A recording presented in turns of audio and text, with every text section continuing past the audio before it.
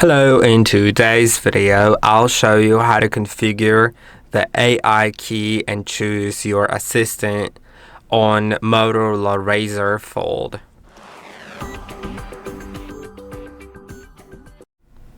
To do it, you'll need to get to the settings, and then you can go to gestures, and now you'll find AI key.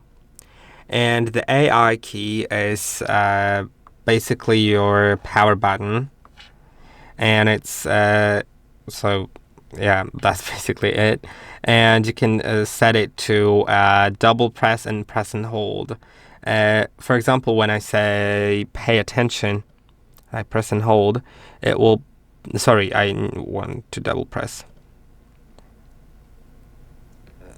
Well, it didn't do what it was supposed to do, did it? No, it didn't. Okay, for some reason that's the AI key, even though it's marked differently on the animation. Okay, let's get it that. Now you can see that when pay attention is enabled, I can start recording, so it will just start listening to me. Later it will also transcribe it, and it will put it in the app, in the voice recording app, I believe. So let's save it.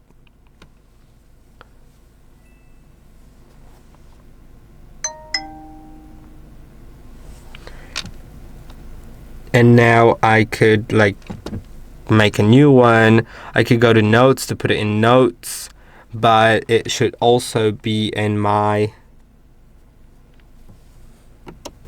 oh no, it's not in my recordings. It is not in my recordings, but maybe it's in my notes. Yeah, it's there. It's just it was just put as a new note, and that's it.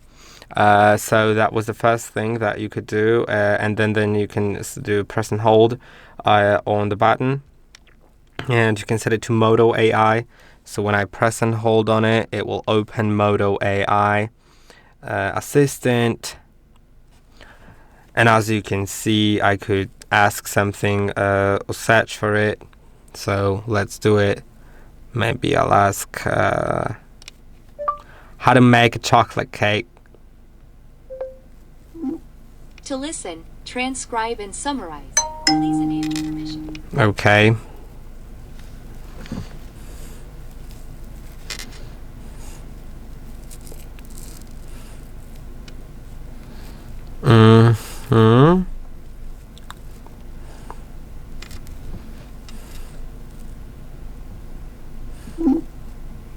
To listen, transcribe, and